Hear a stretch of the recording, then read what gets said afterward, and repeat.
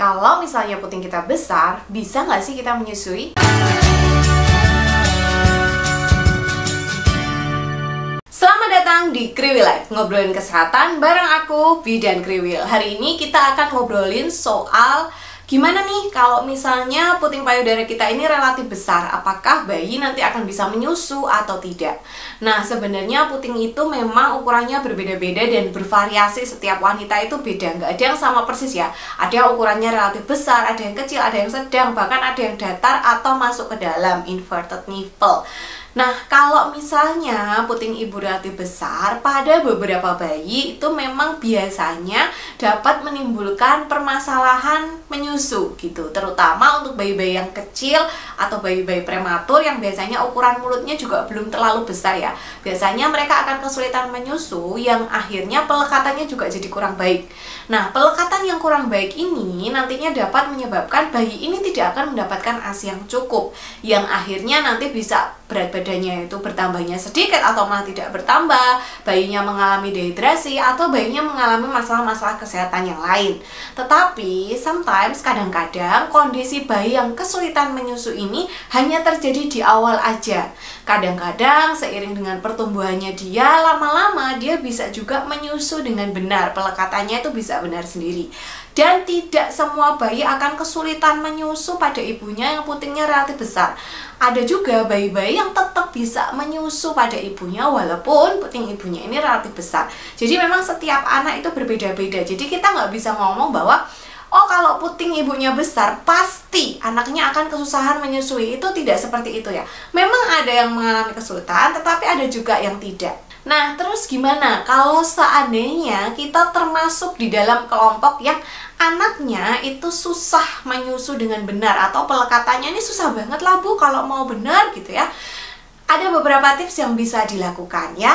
Yang penting adalah kita sabar dulu, karena biasanya memang di awal-awal itu baik ibu maupun bayi itu sama-sama belajar. Ibunya belajar menyusui, bayinya belajar menyusu, dan kadang-kadang tidak semua ibu dan bayi itu langsung ahli gitu ya. Kadang-kadang akan butuh waktu untuk beradaptasi dan untuk belajar. Tips yang pertama adalah ketika kita menyusui, sebaiknya kita memegang payudara kita ini seperti huruf C ya. Jadi seperti yang selalu saya bilang, cobalah untuk memegang payudara ini seperti huruf C. Jadi ada 4 jari yang di bawah untuk menyangga, kemudian yang di atas ini jempolnya di atas. Nah, ini gunanya adalah ketika bayi menyusu, itu kita sambil bantu untuk memerah ASI-nya.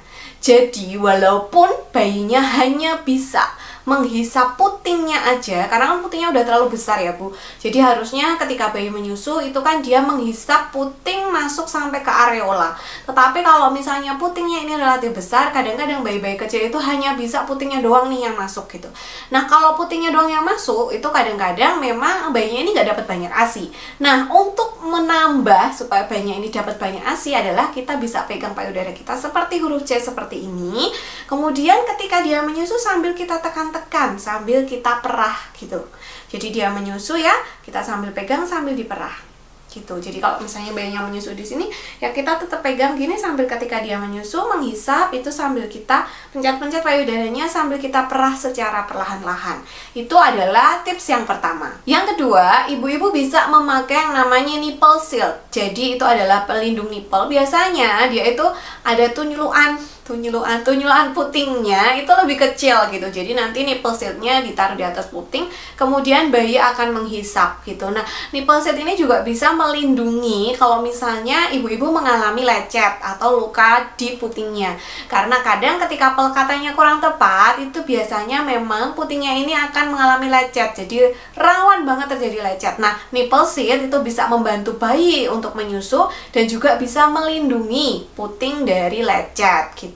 Yang selanjutnya adalah dengan menggunakan posisi menyusui football hold. Jadi kalau posisi menyusui football hold itu anaknya itu kayak kita kempit di sini gitu. Jadi ini pakai bantal lagi di alas yang datar ya gitu. Nah, posisinya seperti ini. Ini akan memudahkan kita untuk membantu melihat pelekatan si bayi, dan bayi ini biasanya akan lebih mudah untuk menemukan puting ibunya. Jadi posisi football doll ini cocok banget buat ibu-ibu yang nipelnya besar, atau yang anaknya terlalu aktif gitu ya, atau yang ASINya terlalu deras, atau misalnya pos SC itu juga enak banget memakai posisi football hold seperti ini. Selanjutnya, ibu-ibu juga bisa memerah ASI ya, bisa diperah dengan tangan atau manual. Bisa kalian lihat videonya ada di sini. Aku sudah pernah bikin cara memerah ASI manual. Gunanya apa? Gunanya kalau misalnya nih ASI kalian karena mungkin pelekatannya kurang tepat, itu kan biasanya ASINya jadi turah-turah ya. Jadi payudaranya mungkin akan terasa keras atau sakit. Nah, untuk mengurangi atau mencegah terjadinya bendungan ASI atau payudara yang keras dan bengkak ini, juga supaya memudahkan bayinya nanti menyusu, maka kalian bisa perah dulu ASINya, diperah sedikit dulu. Nanti ASINya bisa diberikan kepada bayi dengan pipet, cup feeder, atau sendok. Dan memang kadang-kadang bayi itu akan lebih mudah menyusu ketika payudaranya ini nggak terlalu keras atau nggak terlalu menteng-menteng gitu. Karena kadang-kadang kalau misalnya terlalu keras atau menteng-menteng, kita sebagai ibu juga merasa nggak nyaman karena itu biasanya sakit. Nah, jadi usahakan ketika menyusui itu memang posisinya kita nyaman, bayinya juga nyaman. Jadi silahkan boleh diperah dulu ASINya, daripada kan kadang-kadang ketika bayi belum bisa menyusu dengan baik, ketika pelekatannya itu belum baik, dia itu kadang nggak dapat ASI yang cukup. Nah, daripada bayinya kekurangan ASI, bisa dibantu dengan memerah. Selain itu, dengan memerah, kita juga kayak merangsang produksi ASI, sehingga harapannya ketika kita perah ASI kita susukan juga, itu nanti produksi ASINya akan bertambah-bertambah. Tapi kalau misalnya nih, kita nyusui, pelekatannya kurang tepat, bayinya nyusunya cuma sebentar-sebentar dan sedikit, lama-lama produksi ASI bisa berkurang, dan akhirnya malah kita merasa, loh kok ASIku turun, malah jadi habis, kayak gitu. Yang terakhir, kalau misalnya kita udah pakai nipple seat, udah pakai posisi football hold, udah pakai tangannya seperti C, kadang-kadang kita juga udah perah ASI, tapi kok tetap bayinya ini susah menyusu, terus kita perhatikan tanda-tanda kecukupan ASINya, kok kayaknya bayinya nggak memenuhi ya, misalnya beratnya nggak naik, sehari pipisnya kurang dari 6 kali, tidurnya rewel, terus payudara kita ini terasa penuh dan bengkak terus-terusan, ya mau nggak mau kita harus konseling ke konselor laktasi, ke dokter atau ke bidan. Jadi kita meminta bantuan profesional gitu. Dan kalau misalnya puting kalian besar, anak kalian susah menyusu, itu memang benar-benar harus kalian perhatikan benar tanda kecukupan bayi ASI.